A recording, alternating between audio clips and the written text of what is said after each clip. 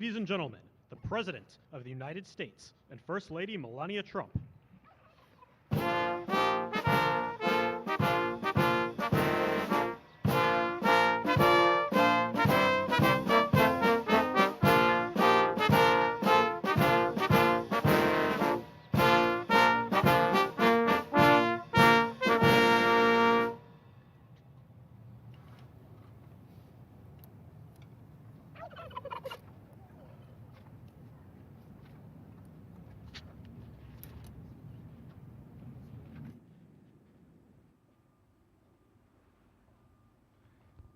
Thank you very much, and I hope you like our new beautiful patio with matching stone to the White House. If this were grass today, you'd be sinking into the mud like they've done for many years, and you would be very unhappy. Please, thank you very much.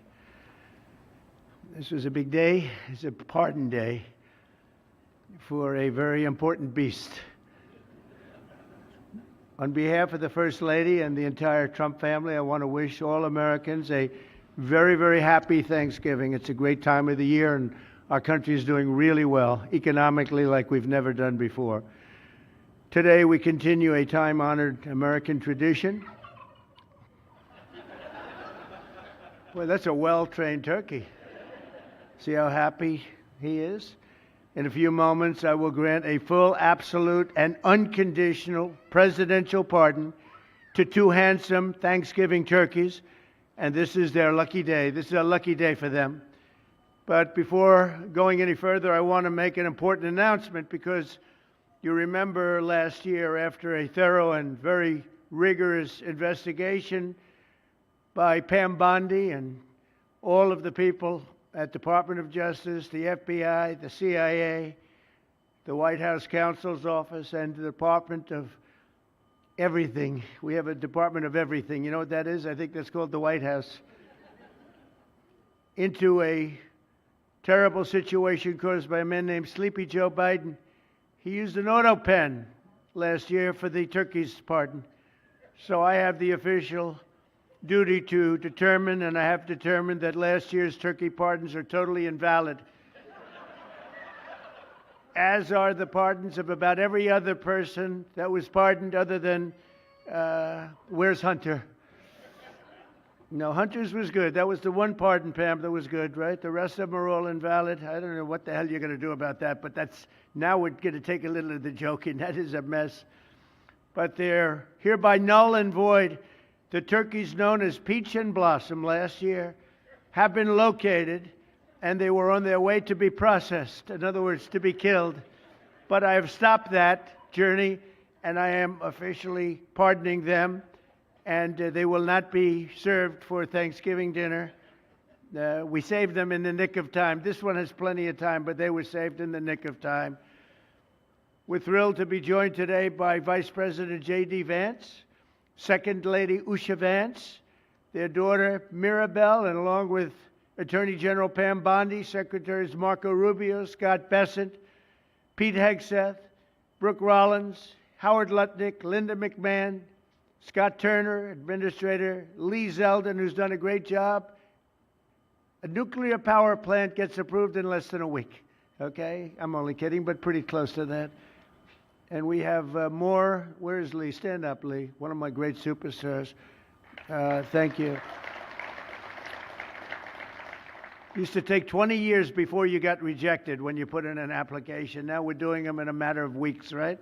And that's why we have the biggest plants anywhere in the world. We're leading in AI. We're leading in everything. Our auto plants are pouring back into our country. Wait till you see the jobs coming with them. But many of them are under construction, but Lee's done a great job in getting those approvals. I appreciate it very much. FBI Director Kash Patel, who's been very busy and doing a great job. Also, thank you, Kash. Along with members of, you got a following, Kash. Along with members of Congress, and in particular, I want to mention Jason Smith and David Rozier.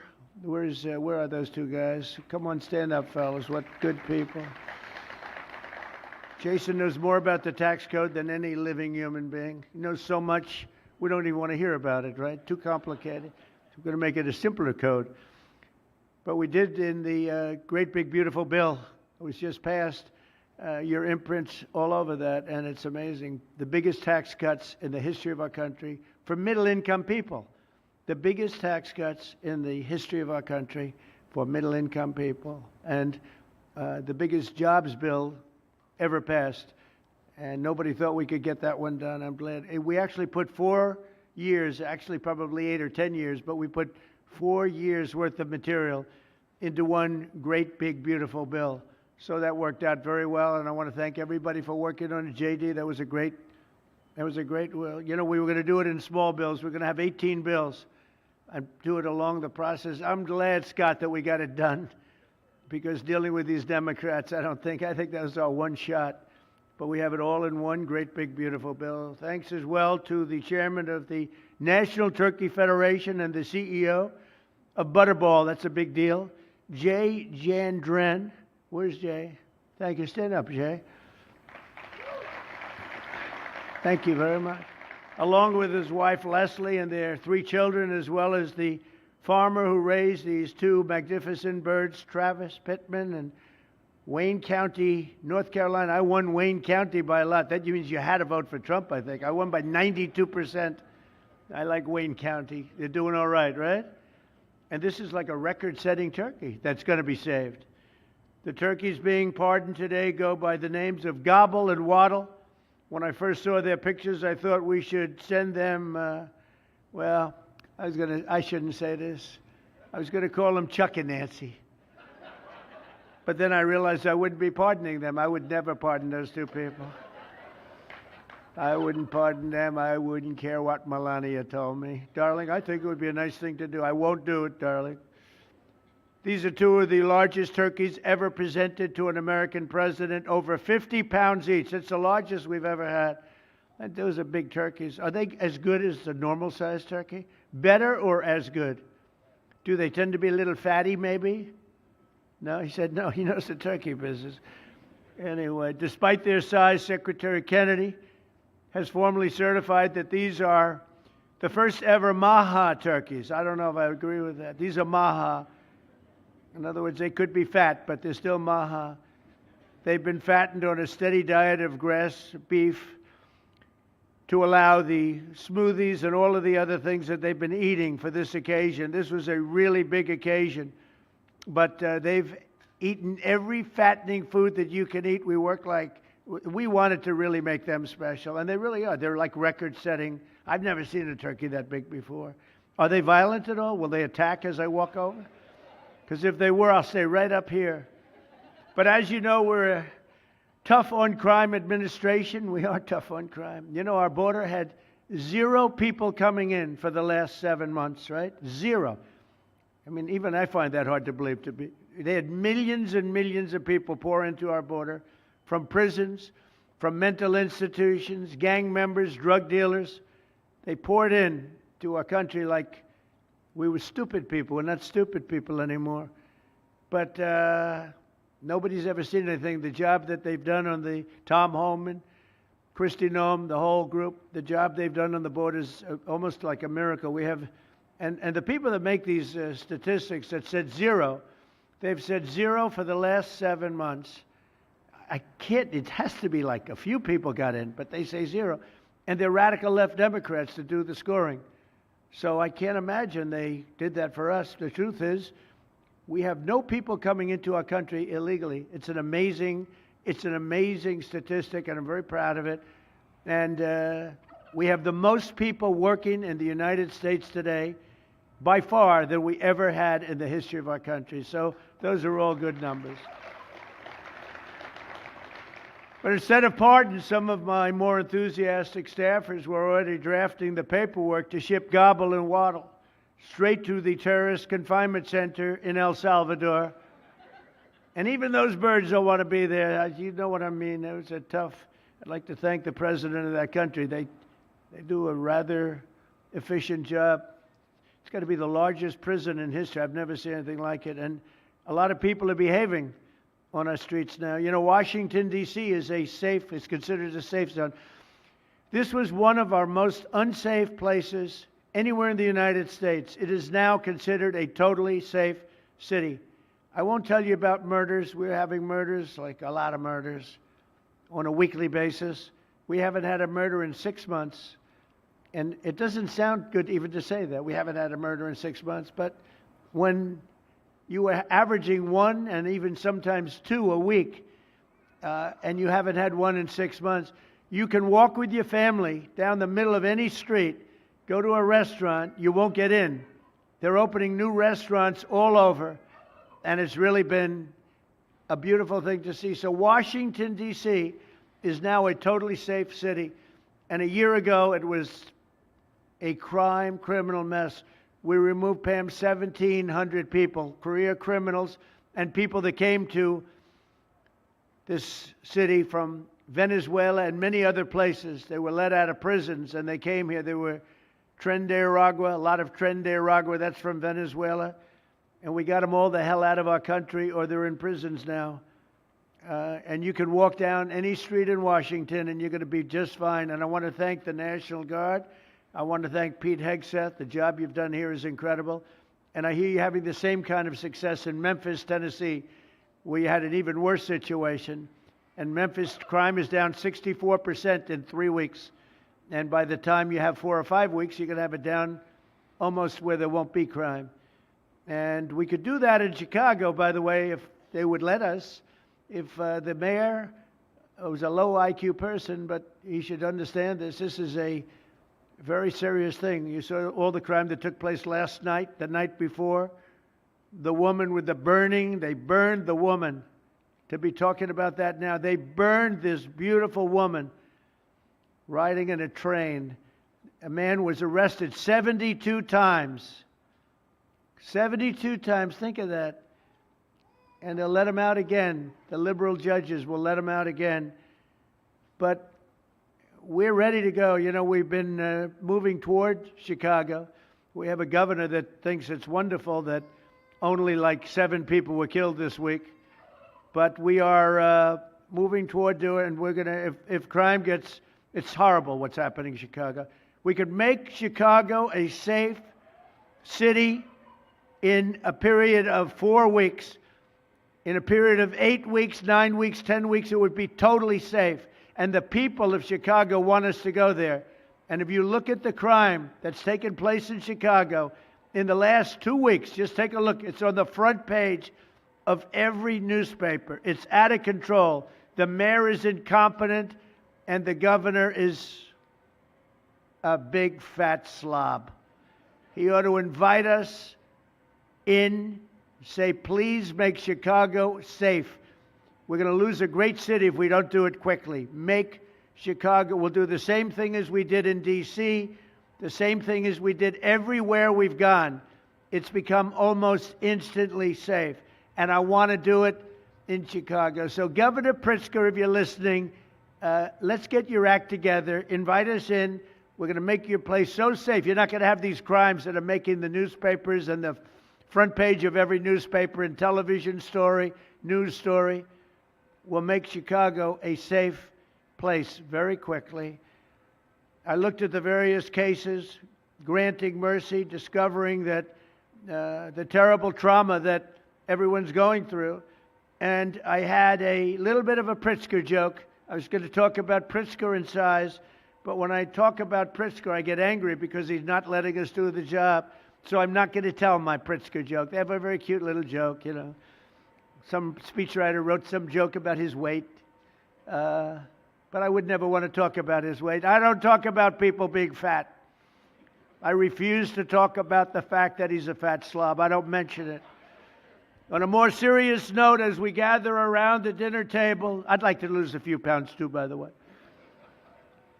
And I'm not going to lose it on Thanksgiving, I can tell you that. Because I'm going to have a turkey, but it's not going to be that one. I hope all Americans will have the chance to enjoy the fellowship of family and friends and renew our faith in God's providence. 1 year ago, we were a dead country 1 year ago. The King of Saudi Arabia said it to me. He said it to me actually 4 months ago when I was in Saudi Arabia, Qatar, UAE. He said, you know, 1 year ago, the United States was a dead country, and now you've got the hottest country anywhere in the world. We're the hottest country. We have $18 trillion being invested as of now. We're not even close to being 1 year. The most ever was $2 trillion for a certain country I won't name when during the last administration. In 4 years, they had less than $1 trillion being invested in the country. In 9 months, we have over $18 trillion. It's a number that nobody has ever even thought possible. And that's in building plants and building so many things, investments in our country. Nobody's ever seen anything like it. But we have more people working. We have more people praying. The churches are coming back. I don't know if you've been reading that story, but religion is coming back to America. Some people say, oh, why would you mention that? To me, that's a big deal. And this Thanksgiving, we're also making incredible strides to make America affordable again. Walmart announced that the cost of their standard Thanksgiving meal is 25% lower than just 1 year ago. That's a big deal. According to the USDA, the price of Thanksgiving turkey is down 33% from its Biden era highs. Potatoes are down 13%. Ham is down 15% compared to last Thanksgiving. So we are down to a level that we haven't seen in a long time. Egg prices are down 86% since March, and gasoline will soon be hovering around $2 a gallon. Under our leadership, we passed the largest tax cuts in history, the largest spending cuts in history, the largest regulation cuts in history, and we have fully secured our southern border. I've also ended 8 wars in 9 months, and we're working on that final war. It's not easy, but I don't know. I think we're going to get there. 25,000 soldiers, Ukraine, Russia. In the last month, 25,000 soldiers have died. So I think we're getting very close to a deal. We'll find out. I thought that one would have been gone quicker. We did 8. I thought that would have been an easier one, but I think we're making progress. In less than 1 year, we've accomplished more than most other administrations have accomplished in 8 years. And this is a very special Thanksgiving. We thank God for His many blessings and the great success that this country has seen in the short period of time. We draw strength from the love of family and friends, and we express our undying gratitude for the men and the women of the United States Armed Forces. We love them.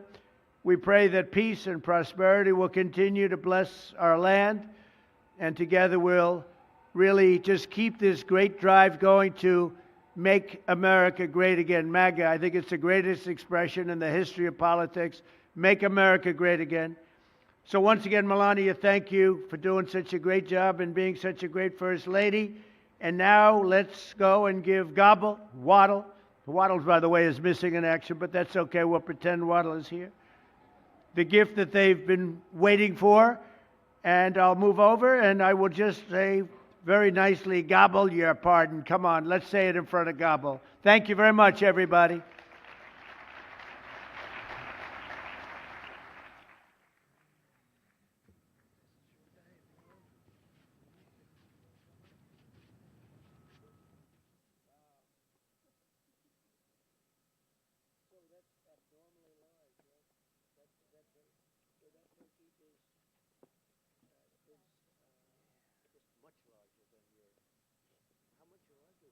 Do they get bigger than this? It looks like a rather violent bird. It's hard to play. Anyway, are you ready? Gobble. Oh, there you go. I just want to tell you this, very important. You are hereby unconditionally pardoned. He said, praise the Lord. Praise the Lord. There you go. You're right. Beautiful. That's great. Beautiful. Well, it's nice. Who would want to harm this beautiful bird? That's great. That's great. Thank you very much. Fantastic job. Thank you very much. Thank you. Thank you very much, everybody.